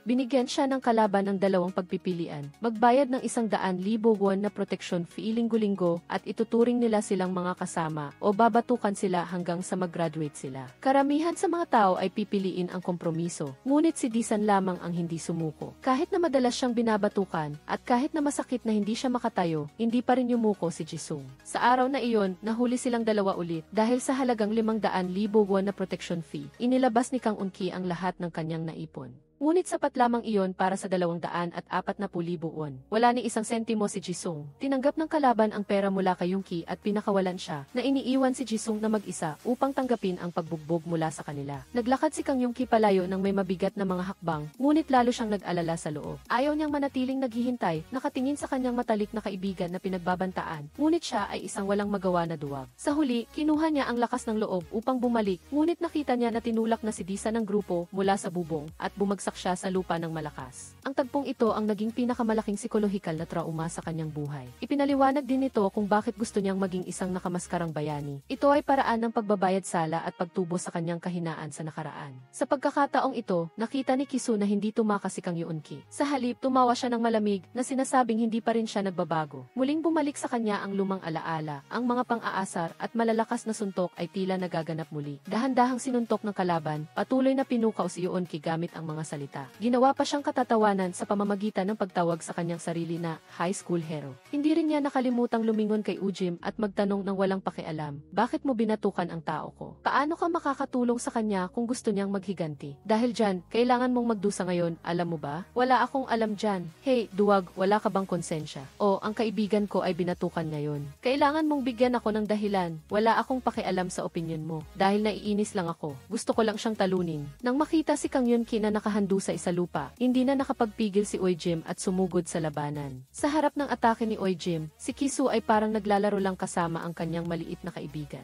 May kalokohan at madaling niyang naiwasan ang bawat atake na ginawa ni Ujim. Kahit na tinamaan siya ng ilang beses, hindi siya nag-abalang mag-react. Sa kanyang mukha, nanatili ang nakakainis na ngiti. Ngunit nang maging seryoso siya sa laban, sa isang iglap, ganap na nagbago ang buong sitwasyon. Si Ujim, na lumaki sa isang komportableng buhay, ay hindi talaga kayang tiisin ang ganoong klaseng labanan sa kalye. Ang agwat sa lakas ay hindi lamang pisikal, kundi isang kabuuang pagbagsak ng psikolohikal na katatagan at kasanayan sa kaligtasan. Ang magandang edukasyon ng kanyang pamilya ay nag-ugat ng moral na kamalayan kay Izim. Ngunit hindi nito binigyan siya ng kakayahang mabuhay sa malupit na realidad na ito. Bawat hampas ni Kisu ay napakalakas. Ang kanyang lakas at bilis ay lubos na nakalamang kay Izim, na nagpapahiwatig sa kanya na sumigaw sa sakit habang hawak ang kanyang braso. Tila malapit na siyang hindi na makayanan. Kinuha ni Kisu ang isang gitara sa sulok ng kwarto. Gusto niyang sirain ang isang paa ni Ujim. Dahil sa iyo, sisirain ko ang kaibigan mo ngayon. Tigilan mo. Sa isang kritikal na sandali, biglang dumating si Lee Jiaoche. Nang dumating siya, agad na nagbago ang atmosfera. Agad siyang nakilala ni Kisu at nakaramdam siya ng bahagyang pag-aalala. Sa sobrang pag-aalala, hindi siya naglakas loob na harapin ng direkta ang kalaban. Ibinawi niya ang malupit na ngiti sa kanyang mukha, kinuha ang tape recorder ni Ujim at umalis, at sinabing, kukunin ko ito. Huwag ka nang magulo, nabayaran ko na ang utang. Si Ujim ay nasugatan at naospital. Ang kanyang ama ay nagalit at paulit-ulit na tinatanong, sino ang gumawa nito sa aking ana? Nang tanungin siya ng kanyang ama, binanggit ni Ujim ang pangalan ni Kim Nam-hee. Ang kanyang ama ay nabigla nang marinig ito. Siya at ang ama ni Kim Nam-hee ay may business relationship. Sa sandaling banggitin ang legal na antas, nangangahulugan ito na kailangan niyang labanan ang kanyang sariling interes. Pinagmamasdan ni Ujim ang kanyang ama at nagtanong, pwede mo ba siyang ipakulong? Sa pagtatapos niya, agad na bumalot sa silid ang katahimikan. Nang makaalis ang kanyang mga magulang, tinitigan ni Ujim si Kang Yoon-ki at tinanong kung nakonsensya ba siya sa nangyari sa kanya. Para lang tulungan siya, nakipag-away siya at nasugatan. Kahit ginaya pa niya ang isang superhero, para lang siyang isang isip bata. Gusto ni Kang Yoon-ki humingi ng tawad, pero pinutol siya ni Ujim, wag mo akong kaawaan. Sinabi ko na sayo, wala akong pakialam sa mga problema mo. Sa totoo lang, gusto ko lang bugbugin ang tarantadong yun. Kaya gusto ko lang siyang talunin. Tapos, hinanap ako ng gunggong na yun at sinama ang mga kasama niya. Sinabi ni Kang Yoon-ki kay Ujim na huwag na siyang magpatuloy pa. Dapat na itong tumigil dito. Ngunit biglang nagbalik tanong si Ujim, kung alam mo na sa simula pa lang na hindi mo ito magagawa, bakit mo pa sinimulan? Ang tanong na ito ay parang isang martilyo na tumama ng malakas sa puso ni Kang Yoon-ki. Kinabukasan, nag-file ng leave ang ama ni Ujim para sa kanya. Balak niyang paalisin siya sa Amerika para mag-aral, ganap na malayo sa lahat ng ito. Muling bumalik si Kang Yoon-ki sa ospital upang bisitahin si Ji-sung. Prangka siyang umamin na palagi siyang nakakaramdam ng hiya. Takasan siya noong panahong iyon, iniwan si Ji-sung na mag-isang tiisin ang pananakit. Sinubukan mo na at nakita kong bumalik ka. Napansin pala ng mga lalaki na bumabalik si Kang Yoon-ki, kaya pinakawalan nila si Ji-sung at naghanda silang turuan si Yoon-ki ng leksyon. Pero biglang tumakbo si Ji-sung at hinarangan sila. Ang ginawa niyang ito ay lalo lang nagpagalit sa kanila, kaya itinulak nila siya sa rehas ng rooftop. Ginagamit ito para takutin si Ji-sung. Habang sumisigaw sila na kunwari ibibitawan nila siya, nagbibiruan silang nagbilang mula 1 hanggang 3. Ngunit nang dumating sila sa bilang na 3,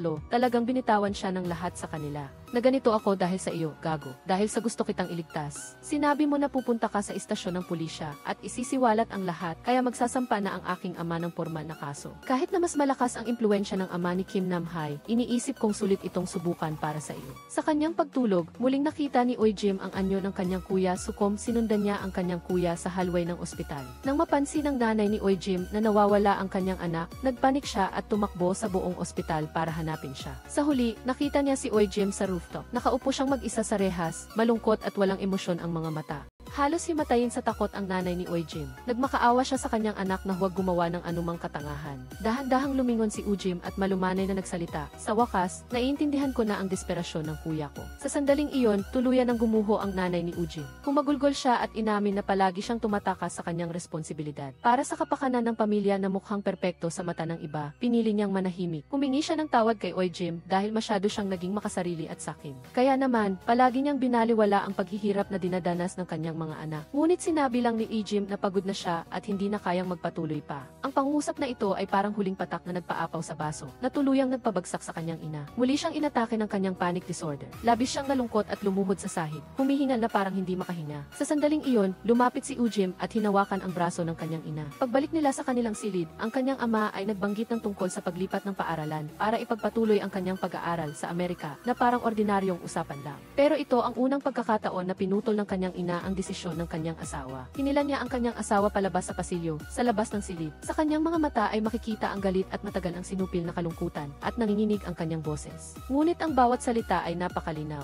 Sinabi niya sa kanyang asawa na kanina, muntik nang tumalon si Ujim mula sa rooftop. Muntik na naman nilang mawala ang isa pa nilang anak. Determinadong sinabi niya na mula ngayon, tunay na niyang poprotektahan ang kanyang anak. Isang ina na dating mahina at duwag sa nakaraan, ngunit nagpakita ng matinding lakas ng pagiging ina sa pinakamahalagang sandali. Kinabukasan, habang naglalakad siya patungo sa paaralan, hinabol at hinarang siya ng mga masasamang tao mula sa ibang paaralan. Ang kalaban, na may mas malaking bilang, ay unti-unting lumalapit. Sa huli, lumitaw sila na may paghahanda. Walang pag-aalinlangan na ibinagsak ni Liu Chai ang kanyang bag. Mabilis na lumingon at tumakbo sa kalapit na eskinita. Aktibo niyang inilipat ang laban sa isang lugar na mas paborable para sa kanya. Sa makipot na eskinita, ang masikip na espasyo ay nilimitahan ang bentahe ng kalaban na may mas maraming bilang, ginagawang mas madali para sa kanya na lumaban. Habang umiiwas sa mga atake, mabilis siyang sumasagot at isa-isang binabagsak ang bawat kalaban na patuloy na sumusugod sa kanya. Matapos talunin ang isang grupo sa kanila, muling lumingon si Li Jiaochai at tumakas, ngunit paglabas niya sa eskinita, ay 2 tao na ang nakatayo doon para harangin siya. Sa harap ng kanilang pag-atake, sa iilang atake lang, napaurong ni Li Jiaochai ang 2, ngunit aksidenteng natamaan siya sa ulo ng isa sa kanila gamit ang isang paso. Sinamantala ng isa pang lalaki ang pagkakataon at niyakap siya mula sa likod, saka siya ibinagsak sa lupa, na naging dahilan upang madislocate ang balikat ni Li Jiaochai. Sinikap pa rin niyang pigilin ang sakit, yumuko at inayos ang kanyang sombrero, kinagat ang kanyang labi at nagpatuloy sa pagtakbo. Ngunit nang lumingon siya sa sulok ng kisu, bigla siyang inatake at bumagsak sa lupa si Li Jiaochai. Sa sandaling ito, nabawasan ang lakas ni Li Jiaochai ng kalahati. Nadislocate pa ang kanyang balikat. Nag-alok si Kisu ng 1-on-1 na laban. Tinuro pa niya ang nadislocate na balikat ni Li Jiaochai at ang nasugatang bukong-bukong niya. Sabi niya, ito ay isang patas na laban. Ngunit ang 2 salitang ito ay isang mapanuksong biro lamang. Nagpatuloy sa laban si Li Jiaochai. Kinagat ang kanyang mga labi. Alam niyang may disbentaha siya dahil sa kanyang mga sugat, ngunit hindi siya umatras. Unti-unting lumalapit si Jisoo. Patuloy na sinisiyasat at sinasadya niyang atakehin ang mga sugat sa balikat ni Li Jiaochai. Bawat atake ay may kasamang matinding pressure. Kahit na pinawisan siya ng malamig dahil sa sakit, nagpatuloy sa pakikipaglaban si Li Jiaochai. Sinubukang makahanap ng pagkakataon na makasagot. Ngunit walang awa si Kisu. Patuloy niya siyang tinutukso at hinahamon, sinasabing walang kwenta si Li Jiaochai at ano raw ang karapatan niyang magmayabang sa harap niya. Mabilis na sinamantala ni Li Jiaochai ang pagkakataon at biglang sumuntok na nagpamanhid kay Kisu. Tumigil ka, wag mo akong galawin. Pagkatapos, muli silang naglaban. Pinuntirya ni Kisu ang mga kahinaan ni Li Jiaochai para talunin siya. Ang sunod na suntok ay nagpahina kay Li Jiao. Tapos na, gago. Uy, alagaan mo ang sarili mo. Matapos ma-discharge si Oi Jim, umupa ang kanyang nanay ng bahay para sa kanilang 2 na matutuluyan pansamantala. Kahit hindi malaki ang espasyo, desidido siyang maghanap ng isang maliit at mas komportabling villa bukas. Nagpasya rin siyang bumalik sa trabaho sa susunod na linggo. Hindi na gustong tumakas pa ng nanay ni Oi Jim. Sinabi niya kay Oi Jim na mula ngayon, para na lang sa kanilang 2 ang kanyang buhay. Inaasahan lang niya na maging masaya ang anak niya at gawin ang mga bagay na talagang gusto niya. Naantig si Ujim, tumango siya sa kanyang nanay. Malumanay na sinabi ng kanyang nanay na sa katunayan, sa nakaraan, ang pagtuon niya sa mga marka ay nagpababa sa kanyang pagtingin sa damdamin ng kanyang anak. Dati siyang matalinong estudyante sa klase, ngunit ngayon ay nagtatrabaho pa rin siya para sa iba. Ang halaga ng buhay ay hindi nakasalalay sa mga grado. Mula noon, nagkasundo na ang mag-ina. Unti-unting bumalik ang dating gawin ni Ujim. Pumayag siyang makipag-usap sa kanyang ina tungkol sa paglipat ng paaralan kapag gumaling na siya. Samantala, nasa kama si Lee Jiao-chai, nagmumuni-muni tungkol sa batas ng kabuuang lakas. Sabi niya, kapag mas maraming away sa huli, magiging responsable ka sa mga gawa mo. Nang gabing iyon, mag-isang pumunta si Kang Eun-ki para hanapin si Kisu, para bawiin ang recorder ni Ujim. Ito ba? Bakit mag-isa ka lang? Nasaan ang superhero mo? Pero alam mo bang sira na ito? Alam ko, kaya ibalik mo na. Ayaw ko, ano nang gagawin mo? Kukunin ko ito. Magkasama silang pumunta sa underground parking lot para maghanda sa isang one-on-one na laban. Sumugod agad si Kang Eun-ki at nagpakawala ng sunod-sunod na suntok, kaya hindi ka agad nakasagot si Kisu. Ngunit mabilis siyang nakabawi at hinawakan ng mahigpit ang isang binti ni Yoon-ki. Gamit ang kanyang kabilang kamay, patuloy niyang sinuntok ang mukha ni Kang Yoon-ki. Hindi pumayag si Kang Yoon-ki na magpatalo at tumalon siya para magsagawa ng isang paikot na sipa. Ang sipa na ito ay lubos na nagpagalit kay Kisu. Muli silang naglaban, isang matinding head-to-head na sagupaan. Ngunit dahil sa pagkaubos ng kanyang lakas, unti-unting nanghina si Kang Eun-ki. Isang flying kick mula kay Kisu ang nagpatumba sa kanya sa lupa at labis ang sakit na hindi na siya makabangon. Sa kabilang banda, biglang dumalaw ang lolo ni Ujim sa mag-ina. Bago pa makasagot si Ujim, narinig niya ang kanyang lolo na may malamig ngunit kalmadong tinig na nagpahayag na gusto niyang dalhin.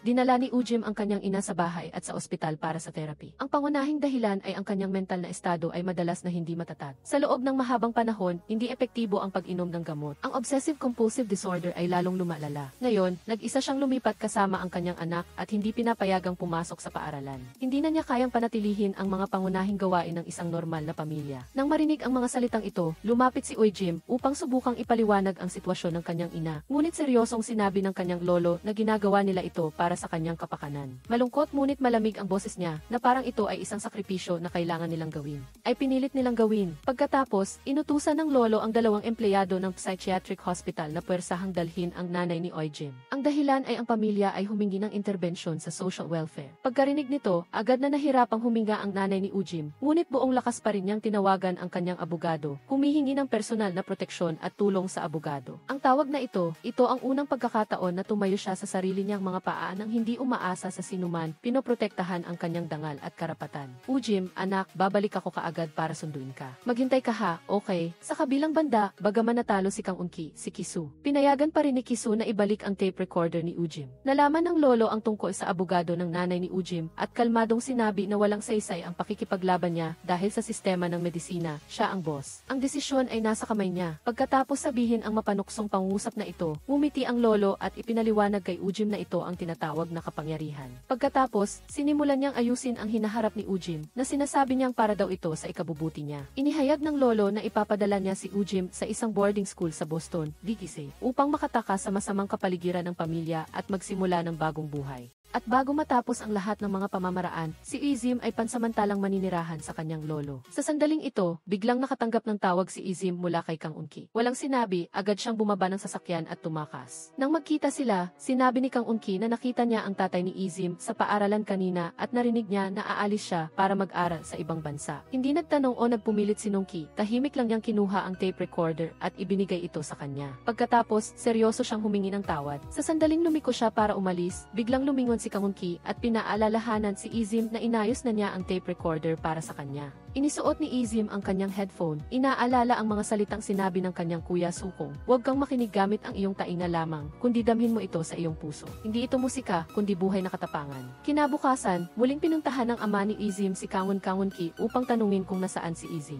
Hindi siya umuwi buong gabi, ngunit wala ring alam si Kang Eun-ki. Sa kabilang banda, biglang nakita ni Kisu si Ujim na nakatayo sa harap ng gate ng kanyang paaralan. Alam niyang hinahanap siya ni Ujim, kaya naghanda siyang lumipat sa ibang lugar para mag-usap. "Saan ka pupunta? Dapat nasa sa paaralan ang mga estudyante. Agad silang naglaban at nagsimula na ang malaking labanan. Nasa loob pa lamang ng ilang rounds ang laban ni Ujim at Kisu nang bumagsak si Ujim sa lupa dahil sa sunod-sunod na matitinding atake ni Kisu. Walang awang bumagsak ang kanyang mga kamao na parang ulan, ngunit nagpumilit pa rin si Ujim na bumangon, kinagat ang kanyang mga labi. Ilang beses siyang bumagsak at bumangon din ng may matinding katatagan. Bawat pagbangon ay humaharap siya sa mas matinding hamon na lalo namang nagpapatatag sa kanya. Ngunit sa pagkakataong ito, mukhang hindi na siya makabangon. Ang galing mo, aso. Superhero, masaya ka na ba? Ang away na to, alam mo ba kung bakit? Pareho nating nasira ang mga bahaging ito, kaya ganito tayo. Pareho lang tayong sirang basura. Anong tinatawa mo? Huwag kang ang magpatawa. Paano ako naging katulad mo? O sige, ipagpatuloy mo, gago. Anong ginagawa mo? Tumayo ka. Sa huli, tumayo muli si Kisu. Tinaas niya ang kanyang kanang braso na nakabenda pa at malakas na hinampas ang ulo ni Kisu. Hindi naghihintay na mag-react ang kalaban, nagpatuloy siyang sumuntok ng mabigat. Ang suntok na ito ay direktang nagpatumba kay Kisu sa lupa. Hoy, yang walang kwenta mo, naiintindihan ko na kung bakit lagi mo yang sinusuot. Nararamdaman mo rin, diba? Ang pag-amin sa sarili na walang kwenta ka ay isang paraan para gumaan ang pakiramdam.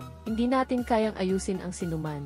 Dahil kapag mas pilit mong ayusin, mas lalo mo lang sinisira, tulad mo. Sa sandaling iyon, lahat ng mga nakatagong peklat, ang pinigil na pagpapahalaga sa sarili, ang pagtatangkang panatilihin ang isang normal na estado, lahat ay sumabog. Naalala ni Kisu ang mga hiling ng kanyang ama para sa kanya, na hilingin na maging katulad siya ng kanyang kuya na si Sukom. Hindi lang iyon inaasahan kundi isang pamimilit. Iyon din ang pinagmulan ng patuloy na pagtanggi sa sarili at walang tigil na paghahanap ng huwad na pagiging perpekto ng matanda. Isinuot ni Kim Kisu ang kanyang mga earphone, nagpa siya na ibigay ang huling suntok kay Kisu. Sa sandaling ito, biglang may sumugod sa loob. Ang mga tao ay sabik na sumisigaw ng kanyang pangalan, Kim Kisu. Nang makita siyang ganoon, tinanong ng kanyang ama, anong nangyari? Sa sandaling iyon, si Kisu ay parang biglang nagising mula sa panaginip. Nagbulong siya na naaalala na niya ang kanyang panaginip. Sinabi ni Kisu na gusto niya ang asul na langit. Gusto niyang makalaya mula sa pagkakakulong at pamimilit. Ito ang unang paglipad sa kanyang buhay. Ngunit ang paglipad na iyon ay hindi talaga lumipad sa kalangitan, kundi sa wakas ay nakatakas siya sa pang-aapi at galit, lumipad palayo sa nakaraang sarili na matagal nang nakakulong. Kisu, anong nangyari sa'yo? Bakit ka ganyan? Ama, ngayon mo lang tinatanong ang dahilan? Pagkatapos noon, ang ina ni Kisu,